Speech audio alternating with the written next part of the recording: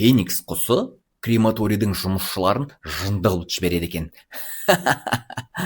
Ал әзілдерімізді бастайық.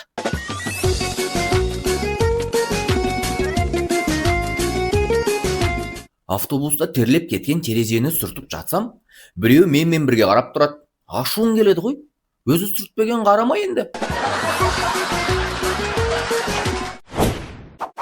Білесің бе, әкем ақша бермей жатыр. Мен бір лайфхак білем. Қандай екен? Қонақтардың алдында сұрап көр. Анасы ұлын тіс дәрігерінен алып барады. Құлыным, апайға не айтасың? Мен сені есімде сақтадым. Әйелдер жаңбырды неге жақтырмайды дейсің бе? Жаңбыр жауса, беттегі бүкіл тюнинг кетіп, заводской түрге түсіп қалады. Бір ер адам қыздардың жатақханасына келеді. Вахтер сұрайды. Кімді іздеп келдіңіз?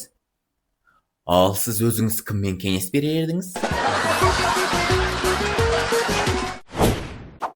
Мектепте мұғалім балалардан сұрайды. Ең үлкен ел қайсы? Әкемнің қалтасы! Деп жауап береді біреу артқы партадан. Ота алдында науқас дәрігерден сұрайды. Дәрігер, айтыңызшы, отадан кейін мен скрипкада ойна аламын ба? Әрине ойнайсыз. Қызық екен, бұрын мүлде ойна алмайтын едім ғой. Өте жақсы көрінесің. Жаңа диета ма? Сәбіз, қабат, картоп. Қуырасың ба, әлде буап пісіресің бе? Қазамын. Дәрігер кабинетінде. Тыңдап тұрмын, сізді не мазалайды? Түсінесіз бе, дәрігер, адамдар тез-ақ жанымды келтіреді. Әй, оны саған неге айтып тұрмын, миым шертпеш, закалибал. Автобустың артынан бір ер адам жүгіріп келеді. Құлап қалады, тұрады, қайтадан құлайды. Автобуслық толы, ішіндегілер күліп жатыр. Күле беріңдер. Бұл автобустың жүргізушісі мен екенімді білгенде қалай күлетіндеріңізді көрейік. Әйелі күйеуіне.